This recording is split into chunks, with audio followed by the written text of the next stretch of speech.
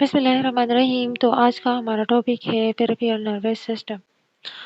जो मौजूद होता है सेंट्रल नर्वस सिस्टम में जो ब्रेन और स्पाइनल कॉर्ड है, यहाँ से कुछ नर्व्स जो है वो अराइज होते हैं, जिसको पेरिफेरल नर्वस सिस्टम कहा जाता है, जो कनेक्ट होते हैं different part of body with central nervous system.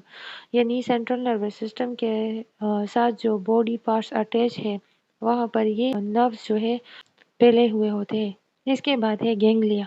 Ganglia जो है ये कलेक्शन होती है न्यूरॉन सेल बॉडीज का, जो क्या करती है, ये इंटर कनेक्ट होती है विद अदर गैंग्लिया, जो एक कॉम्प्लेक्स सिस्टम बनाती है, यानी रगों का एक गुच्छा बनाती है, जिसको फ्लूइड्स कहा जाता है। नर्वस जो है ये बंडल्स होते हैं न्यूरॉन फाइबर के, जो कवर होते हैं विद कनेक्टिव टिश्यू। ये डेंड्रॉइड और एक्सोन जो है, जिस तरह डेंड्रॉइड और एक्सोन जो है, ये एक दूसरे को मैसेज ट्रांसफ़र करते हैं। तो इसका काम भी यहाँ पर ये है कि ये मैसेज को कैरी करता है रिसेप्टर के ज़रिए से, सेंट्रल नर्वस सिस्टम से रिसेप्टर के ज़रिए, और फिर ये भेज देता है इफेक्टर के पास सेंट्रल नर्वस सिस्टम से। ठीक है। इसके बाद है टाइप्स ऑफ नर्वस।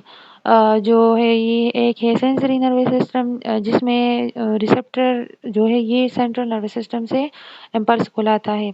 और दूसरा है मोटर नर्वस सिस्टम, जो हम जब किसी चीज़ को छूते हैं और इसके खिलाफ हम कोई रिएक्शन लेते हैं, तो जो मैसेज ले जाता है उस जगह तक, इफेक्टर तक, तो उसको मोटर नर्वस सिस्टम कहते हैं। उसके बाद है नर्वस मैक्स नर्वस में जो है एक आता है स्पाइनल नर्व और दूसरा है क्रेनियल नर्वस।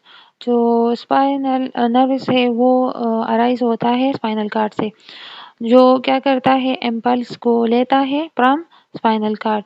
और इसमें जो है टोटल 31 पेयर मौजूद होते हैं, जिसमें ये क्रेनियल नर्वस है जहाँ पर 8 पेयर मौजूद है। इसमें थोरैक नर्वस जो है ये 12 पेयर है, और ये लैम्बर जो है 5 पेयर है। और ये जैसा कि मैंने आपको इस डायग्राम में दिखाया है, अब ये जो है शो हो रहे हैं आपको।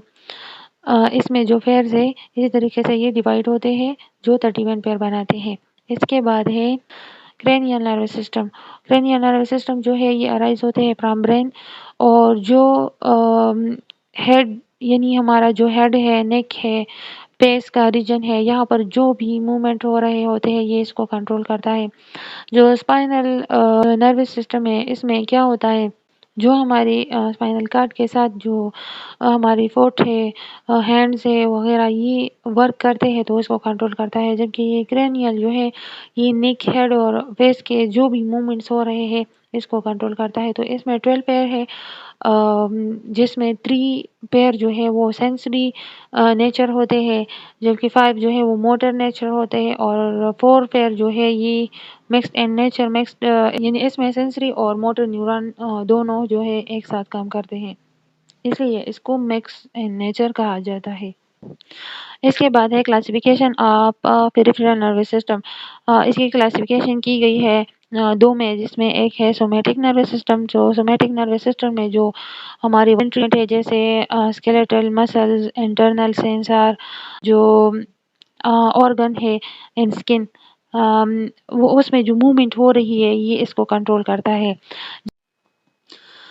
Autonomic nervous system. Autonomic nervous system जो है इसमें जो इन्वॉल्यूंटरी फंक्शन होता है ये इसको कंट्रोल करता है, जैसे हमारा heart, stomach, lungs, gland etcetera, इसके फंक्शन को कंट्रोल करता है।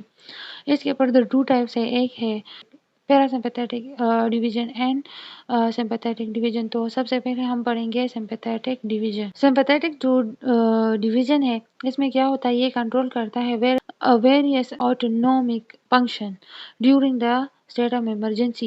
ये इमरजेंसी वाले सिचुएशन को कंट्रोल करता है, जैसे फाइट हो गया किसी के साथ। जब किसी के साथ फाइट होता है तो क्या होता है, उसकी हार्ट बीट बढ़ जाती है, ब्लड प्रेशर जो है वो हाई हो जाता है, डायलेशन ऑफ आइज जो है प्यूपल का वो भी ज़्यादा हो जाता है, यानी उसको ज़्यादा दिखाई देना शुरू हो जाता है। इसके अलावा इसकी ब्रीथिंग जो है वो तेज़ हो जाती है।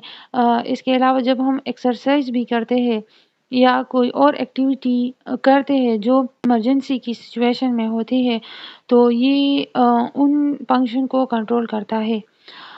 इसका जो दूसरा पार्ट है वो है पैरासिम्पैथेटिक डिवीजन, जिसमें जो सिम्पैथेटिक स्टिमुलेशन है वो क्या करता है, वापस उन चीज़ों को जो हम एक्सरसाइज या फाइट के वक्त पर होता है उसको दोबारा अपनी नॉर्मल हालत में लाता है और उसको कंट्रोल करता है, डिक्रीज करता है हार्ट बीट को। इसके अलावा बीपी को जो है वापस लो कर देता है।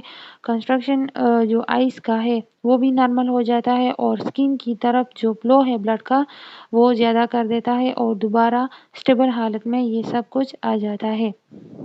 तो इसी के साथ हमारा टॉपिक ख़त्म होता है। अगर आप हमारे चैनल पर न्यू है और आपको थोड़ा सा भी समझ आया हो तो प्लीज़ मेरे चैनल को सब्सक्राइब करें।